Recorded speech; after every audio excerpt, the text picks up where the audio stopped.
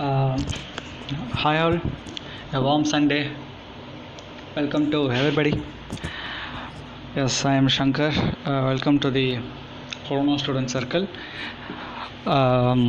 Week 2 lecture on cell signaling. I think audience are coming. Right. Uh, Welcome everybody. Welcome Google. Welcome Srinivas. Welcome Shravan. Hi. Hi all. Okay. Right. Okay, shall we go into meeting? Google, shall I start?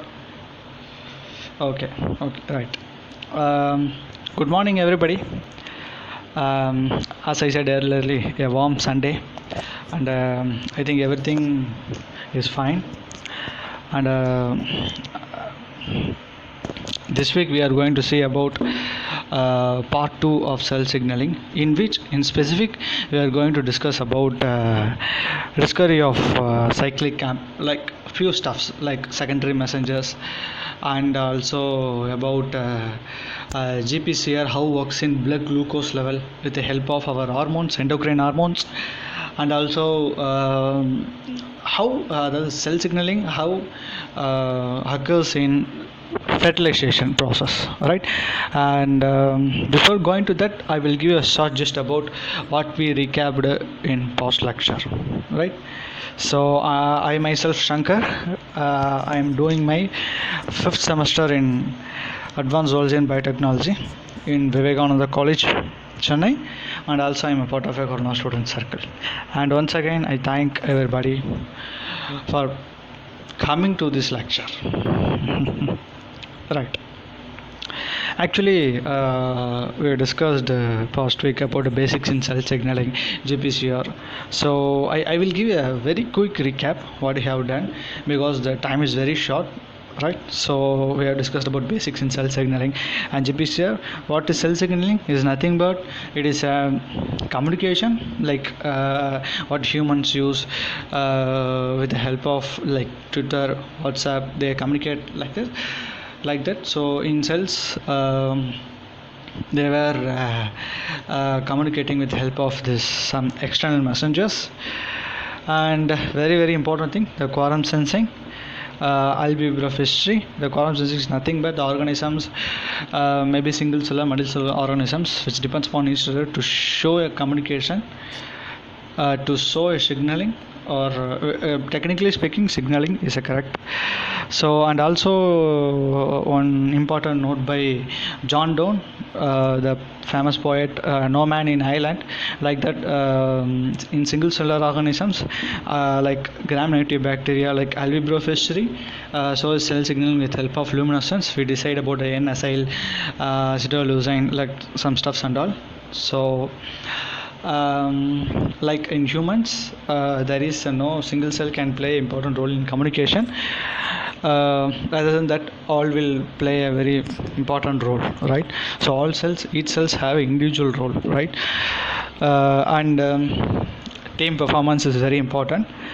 And after that, we discussed about what is general basics, like you should remember, please remember, ligand receptors and some actions inside a cytoplasmic protein. After that, there may be a response, right? So the response may be a metabolic stability, or an cytoskeleton stability, or a gene expression, or an protein synthesis, a specific protein synthesis, or a drug target to cure a disease, to eliminate a cancer, whatever it is, right?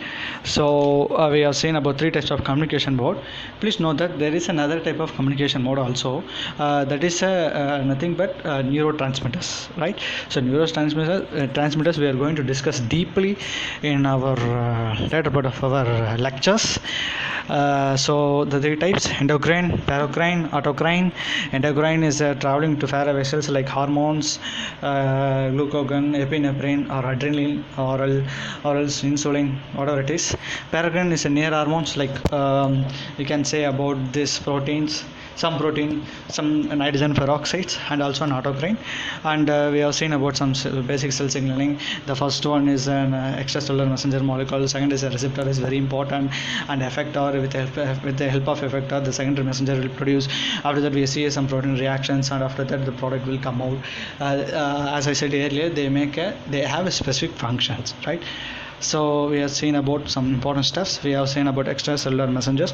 What are the first messenger? Technically speaking, what are the first messenger, right? So the first messengers are amino acid and derivatives and gases such as N1CO and steroids which are derived from cholesterol, and elasconoids, which is nothing but carbon fatty acid, which is derived from arachidonic acid, which is derived from fatty acid, commonly called as an arachidonic acid, and proteins and pulpipeptides, as I said. And what are types of research? As per research, not as per research, as per my resources, GPCR, OTKS, G protein coupled receptor, receptor protein tyrosine kinase, ligand gated channels, steroid hormone receptors, and also numerous type of other receptors like B cell and T cell receptors, which usually immunological aspects. Right, so we have discussed the basic mechanism in G protein coupled receptors, where it have 7 helicases, 1 for ligand binding and 3 inner loop and 3 outer loop, which help for cell signaling transmission. And there is a cytoplasmic domain. We have a alpha, beta, gamma, a heterotrimeric protein, and we have seen that when a GTP transforms into GTP in alpha subunit of heterotrimeric protein, it has a low affinity towards and beta and gamma, and when it comes back to GTP, when GTP is converted to GTP, it has a high affinity towards beta and gamma. So some basics, and this beta and gamma and go will attach to the effector and produces some important stuff. So I think we have discussed about that Krebs mechanism, like which it involves in some gene expression along with an CRE, cyclase response element, which located near to the gene, right? So see the first step. Please look like that the multiple amplification. So I think technically speaking, amplification will more faster in case of GPCR, because one ligand is enough to activate all GPCR protein which presents inside the cell, which presents in the plasma membrane, which is also called as integral membrane protein. And this is case. So when a ligand binds to GPCR, it will get activated, and comes to how it will get arrested. We can see arrestin proteins, and we can have some phosphorylate mechanism. We have seen about phosphorylate mechanism, and also some endocytosis, lysosome, recycling lysosomes, a mechanism we have discussed in first lecture, right? So we have seen about regulation. Regulation is nothing but a specific type of GPCR, like not a specific type of, specific actions of GPCR can see, and this is some common regulation. This is some basic regulation. So, and also we have seen about GS, GQ, GI, and G12/13 also. These are 4 types of G alpha proteins. Types of G alpha proteins. There we have discussed about alpha S, alpha Q, alpha I, and alpha 12/30. Right. Right. Let's come to the today lecture. Just a second.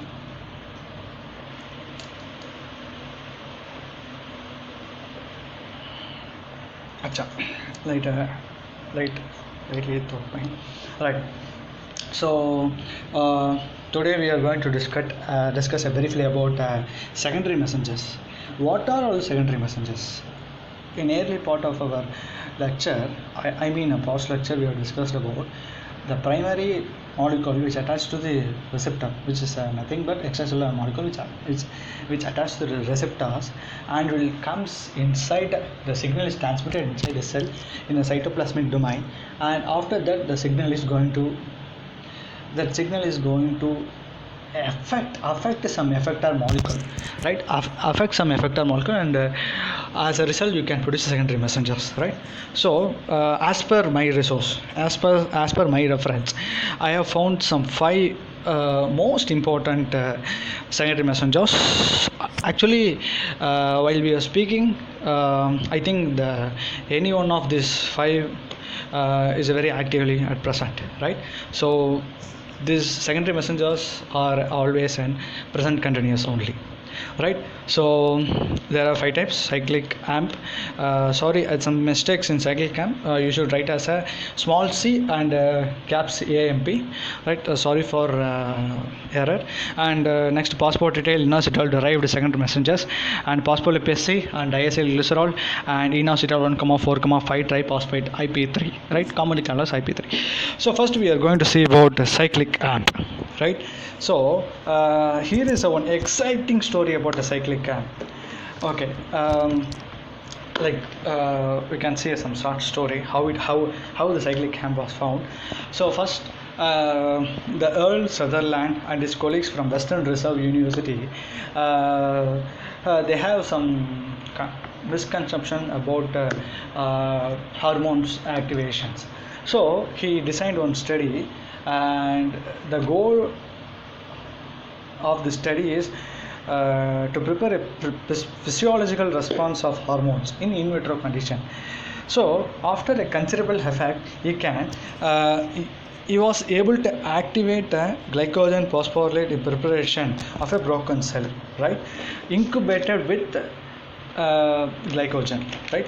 So please remember, he was able to activate, right? He was able to activate a glycogen phosphorylase in preparation of broken cell that has been incubated with the glucagon, the hormone glucagon, right? So this broken cell preparation could be divided by a centrifugation into a particular fraction, right? Particular fraction, and a single membrane contains some important cells, right? So in particular fraction, we can say after centrifugation we can see a particular fraction and some primary cell membranes. The glycogen phosphorylase is present in particular fraction, right? So the particular material, there is a question around them. Whatever it is, there is one particular material required for obtaining some hormones response, right? So after that, they designed another study, like liver homogenate, right? So with the help of liver homogenate in in vitro system, once again, they added a hormone glucagon and activated soluble glycogen phosphorylase, which is nothing but a particular fraction we have seen in first experiment, right? So in first designed experiment, right? So with this, the experiment comes to an end with an exciting cyclic amp, right? So the Earl Sutherland, I think he got some Nobel Prize after that. So the cyclic amp discovery was an artificial discovery. We can say it is an artificial discovery in terms that cyclic amp was found, right? So the passport lane will direct second messengers, and this will given to somebody else, because somebody else in Corona student circle will take about the passport detail industrial derived messengers. And before that, there is another waves of CM transduction, right? So there are so many waves. So please see in this picture, you can able to see about just a second.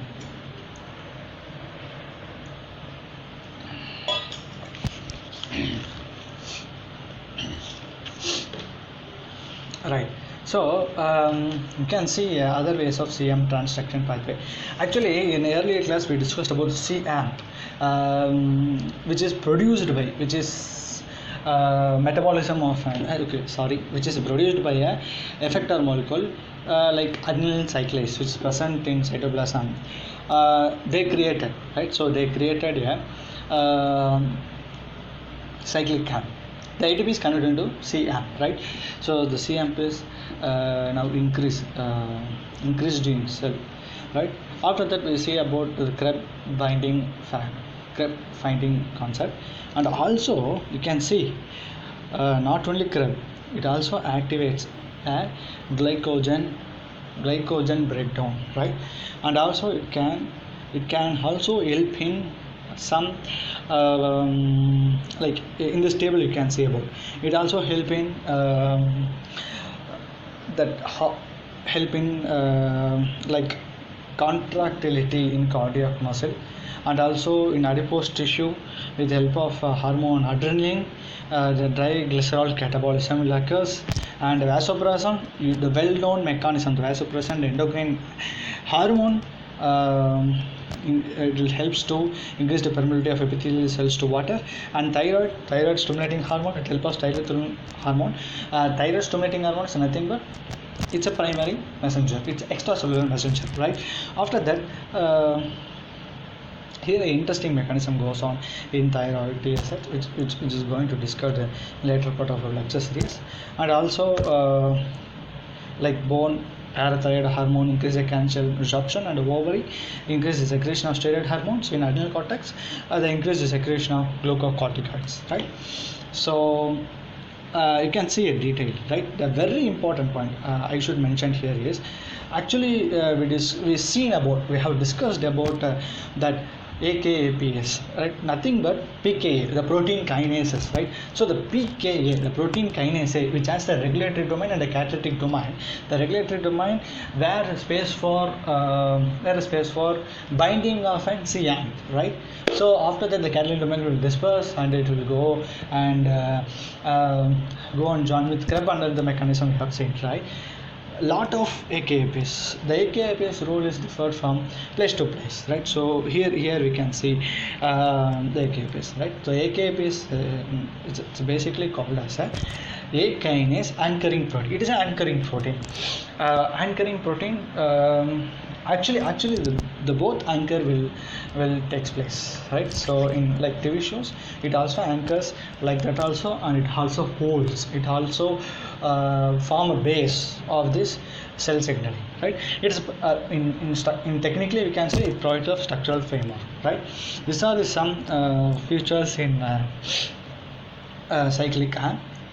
After that, we are going to discuss about phospholipase C. I said earlier the phospholipase glycerol messenger. Somebody else will take in later part of our lectures. And here we can discuss about phospholipase C, right? So phospholipase C and diacylglycerol, and also we are going to discuss about IP3, right? We are going to discuss it as a gather, as a complete one, right? Phospholipase C activation, the secondary messenger activation can see the secondary messenger activation, right?